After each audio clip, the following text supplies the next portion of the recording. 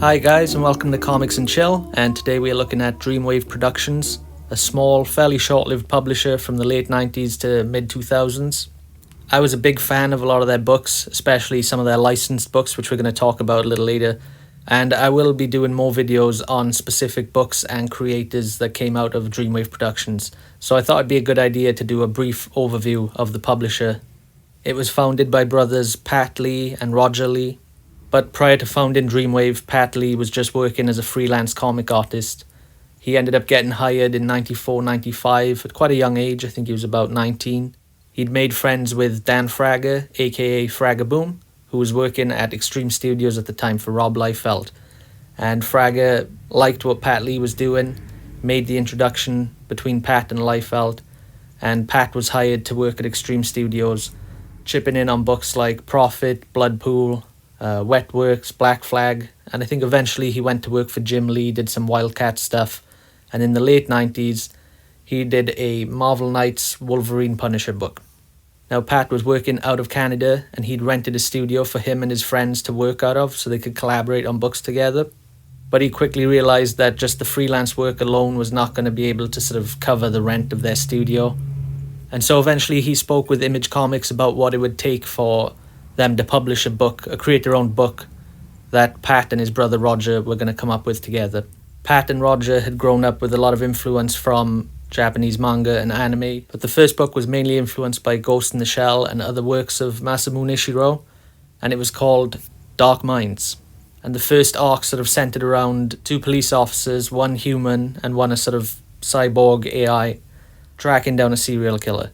I'm still in the process of reading Dark Minds, and all the titles that I'm going to cover here, I will probably be doing videos on them, the ones that interest me, and Dark Minds has really hooked me so far. I feel like they did a great job of capturing late 80s, early 90s sort of anime on VHS look in comic book form. But for the first arc, Pat handled most of the art duties.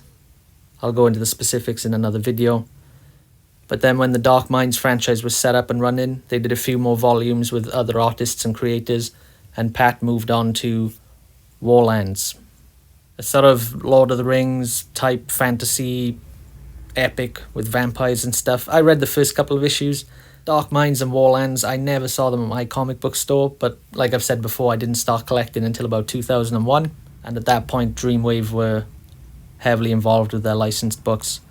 But throughout the rest of the late 90s and early 2000s, Dreamwave would go on to produce more books set within the Dark Minds and Warlands universe, one being Neon Cyber. I mean, look at these covers. I've not been able to find copies of this anywhere. I really want to read it. It reeks of Akira, but I mean that in a good way. And I absolutely love these covers and the colouring on them. They produced another series called Echo, which I think is also set in the Dark Minds universe. I'm not 100% on that. And then also another series called Shadima, which is set within the Warlands universe. And eventually they tried to create more mature franchises, spinning out in a different direction, and that resulted in my personal favourite from Dreamwave's own IPs, which is Fate of the Blade, written by Chris Saracini and with artwork by Joe Bieman. And I absolutely love the concept of this series. I'm definitely going to do a video on this all of its own. Hopefully speak to some of the creators involved. They also produced Arcanium, which introduced a lot of people to the work of LaShawn Thomas, who's now very successful and known for his Cannon Busters franchise, which is currently streaming on Netflix. It's an anime. Started off as a comic book. I will definitely be doing a video on that comic book too, because I loved it. Arcanium I've never read, and again, I can't get my hands on it. I'm going to try. I was a big fan of LaShawn growing up, and this wasn't the only work that he did for Dreamwave. Then there was a series called Sandscape, which I know very little about. Necro War, which was written by Simon Furman, and with art by Adi Granov. I think this was his first comic book work. I remember seeing this book on the shelves, but it's only recently in doing research for this video that I've pieced together that Granov was the artist, and obviously he went on to have a big impact at Marvel on the character Iron Man, and eventually I think he was doing concept design work for the Iron Man movies and the MCU in general. So that's a brief coverage of all of Dreamwave's sort of own intellectual properties, their own creations. And now we're going to move on to their licensed books. And the franchise which really caused a big boom for them being Transformers. And when the Lee brothers and Dreamwave got their hands on Transformers, that's kind of when everything changed for them. And basically how this Transformers deal came to be was that Wizard magazine in the year 2000 was putting together an article called The Big 80s. And they were basically reimagining sort of cartoon and toy franchises from the 80s with contemporary comic creators working on them. Kind of like a fantasy draft. And amongst that was Thundercats, which was being drawn by Jim Chung. He drew a piece for that. G.I. Joe, which was drawn by J. Scott Campbell. He-Man and the Masters of the Universe, which was drawn by Ed McGuinness. Teenage Mutant Ninja Turtles, which was drawn by Joe Madureira. And then Transformers, which was drawn by Pat Lee. They also fantasy cast writers for all of these. I can't remember them all. The only one I remember is Transformers. And the creative team that Wizard was pitching for that was Pat Lee and Mark Miller writing. And that's a book I definitely read. I loved Mark Miller too. And this, what you're looking at right here, is Pat Lee and Alvin Lee's Transformers piece for Wizard magazine, issue 111. And apparently this image hit it big with the Hasbro executives. I think there was some fan reaction too, that people kind of liked this sort of new pseudo manga anime look to Transformers. And Hasbro were looking to get back into the Transformers comics game. There hadn't been a Transformers comic series since 1994, the last one being Marvel's Transformers Generation 2. So it'd been about 8 years since there'd been a Transformers comic, and Hasbro ended up giving the license to Dreamwave on the condition that Pat Lee be the one to draw the series. And this cover right here, this is from Transformers Generation 1 Volume 2. It's a bit of a mouthful. So I'll definitely be making a separate video on all of the Dreamwave Transformers comics, but just to touch on this briefly, I was not a huge Transformers fan. I'd grown up watching Beast Wars, I absolutely loved it. And when I saw the covers for this series on the stands at my local comic book store, I just absolutely fell in love with it right away. Yeah, I was kind of familiar with the Transformers, the original series, just via the toys. Some friends had some toys of it. I was a bit too young for that. I was a little before my time. But when I saw these sort of nice, chunky, boxy designs with all this like extra detail and, you know, great digital coloring and textures, it all just popped real nicely. And I picked up whatever I could. My store did not carry a lot of Dreamwave stuff. I never had a complete run of their Transformers series. I just picked up what I could when I could. Some back issue stuff. And I don't have strong memories of the stories, but I remember just loving the art, and I would try to copy what I saw in there all the time. But initially there were two main Dreamwave Transformers series. Transformers Generation 1, which you're looking at here, and also Transformers Armada, which was to sort of sync up with the current toy line and animated series that Hasbro were putting out at the time. Then eventually they would launch a mini-series called Transformers The War Within, which was written by Transformers fan favourite and mainstay Simon Furman, and the art was by Don, forgive me if I mess your last name up, Don Figueroa. And the Transformers War Within series was set back on Cybertron pre the Transformers coming to Earth, and Don had gone and designed new Cybertronian forms for all of the robots. And although I loved the artwork in the Generation 1 series, Transformers The War Within, I thought artistically and story-wise was probably the best Dreamwave Transformers comic that they put out. And after Dreamwave got their hands on the Transformers license, that became the bulk of what they were publishing. There was those three main Transformers series.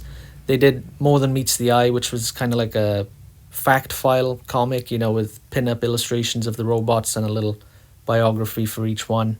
They did some Transformers versus G.I. Joe. After getting hold of Transformers, Dreamwave went on to publish more licensed material, such as Teenage Mutant Ninja Turtles by Peter David and LaShawn Thomas. I collected this series and absolutely loved it. Unfortunately, it only lasted 7 issues and then it was cancelled. Dreamwave also had a deal with Capcom, where they published Mega Man and Devil May Cry. I'm not sure if Maximo was a Capcom property. It was definitely based on some video game. They only published 1 issue of it and nothing more came out for it after that. Devil May Cry, there were 3 issues of that. I remember picking some of those up, and Pat Lee was drawing that too. Duel Masters was from a Japanese card game and I think video game, which Hasbro were getting behind. And Mega Man, I never saw a copy of, but I've looked at it recently, and the artwork inside is actually pretty cool. It's very fun looking. And then throughout 2004, the company went through some sort of financial issues, and they ended up going bankrupt. And they had several unreleased projects, a lot of unreleased Transformers stuff. They had a series called, I think it's Zevos, which was based on a toy line, which I'd never ever heard of, and all I could find was this really shitty low-res image of that book. And they also had a Killzone comic book planned, and I would have loved this because I was really into Killzone on the PlayStation 2 and later on the PlayStation 3 with its sequels. They'd solicited about 3 issues of this, and it just never saw release, not through another company or anything. And if you look here, I put together a little spreadsheet which sort of covers the majority of Dreamwave's releases. But in blue, what you're seeing is Dreamwave's, creator-owned, not creator-owned, but Dreamwave-owned intellectual properties, their own series, mainly Dark Minds and Warlands and titles relating to that. So through the late 90s, 98 you've got just Dark Minds being published, 99 you've got Dark Minds Volume 2 and Warlands, and throughout 2000 much of the same. So 98 to 2001, purely their own creations. Then in 2002, what you're seeing in the green is the Transformers license. This is when they get that and they start publishing Transformers Generation 1 and Transformers Armada. It's nearly a sort of 50-50 split here between Dreamwave-owned projects and their licensed projects. I'd say it's probably still leaning in favour of Dreamwave's own properties. And then in 2003, what you're seeing is a hell of a lot more Transformers books in the green, and the yellow are non-Transformers based licensed books, looking at Teenage Mutant Ninja Turtles, Mega Man, Duel Masters.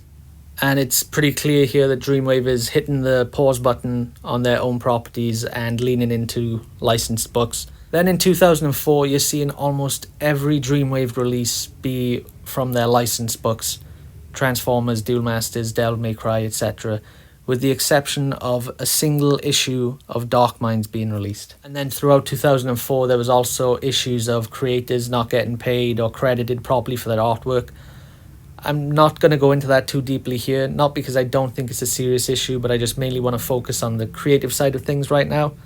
There are plenty of other places online you can read about how Dreamwave treated freelancers and how they handled their money and business. But it eventually led to Dreamwave declaring bankruptcy and just closing up shop completely. And all of their non-licensed assets and properties were bought up at auction by a Canadian entrepreneur named Christian Derry, I think. And he had plans to relaunch the company, but that never came to be. I guess what I will say about the company, finishing the way that it did, and you can sort of see by the spreadsheet we've got here, is that I think it's basically a case of the Lee brothers being a little too young. There's a sort of trend of going from their own intellectual properties and leaning heavily on the licensed stuff. I mean, Transformers is a huge, absolutely huge franchise. And I think Pat Lee and Roger Lee, they were like in their mid-20s when they picked that up. I'm not saying it's an excuse, but I think that's a young age to be handling, such a big franchise, and the amount of money that would bring in. That can be a lot to deal with at that age. I know I wouldn't be able to handle it. And I think they must have just gotten overexcited with what they had and completely mismanaged it. I think it was probably a mistake for them to be relying so heavily on the licensed books, and also for Pat to want to be the main artistic creative force on so many of their books, which kind of caused them, I guess, to ignore their own intellectual properties. I really think that they could have been using the licensed books as a way to sort of promote and strengthen their own IPs. So if those licenses went away, they would still have their own creations to fall back on. And it's a huge shame that the company went down the way that it did, because I think all of the artists involved, I mean, whether you like the stories or not, there's no denying that Dreamwave's books had a unique look. And I think that all the artists that worked for the company were really pushing the envelope in terms of digital colouring and sort of merging anime and Western comic books together with this great sort of cell drawing on top of these painterly backgrounds. I just thought it always looked great. And I think with better management, the company could have had some legs. But every time I take a sort of nostalgic look back to Dreamwave, I think of them as being like the Saturday morning cartoon of the comic book world at the time, you know? And they were just really, really fun books. And since the company went under, you know, for the last few years, Pat has been in Hong Kong. I don't know exactly what he does now. I know he's still drawing. He's involved with toys somehow. And recently he did a pin-up for Dan Fragger's Black Flag comic, which he is crowdfunding. And in an interview I listened to with Pat recently, it was from about 3 months ago, I get the feeling that maybe we'll see him dip his toe in the crowdfunding world at some point. How that's going to turn out, if it's going to be any good, who knows. But that's just a guess here. But that's about all I have for this video. I'll definitely be doing more on individual Dreamwave books. But for now, just let me know in the comment if you picked up any Dreamwave books, if you liked any creators that spun out of the company, or if you liked the company in general. And thanks for watching today's video. Like, follow, and subscribe if you haven't already. Follow us on social media, and have a great day. And I'll be back soon.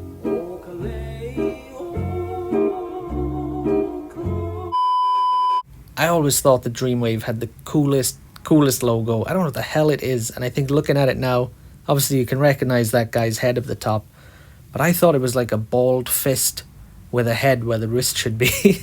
But looking at it now, I think it's actually just a guy holding out his hand towards the camera, which if this was drawn by Pat Lee, that makes a lot of sense actually. When you look at his Transformers covers, it's a lot of robots reaching out towards the viewer. I'm not sure why, but yeah, I loved this logo.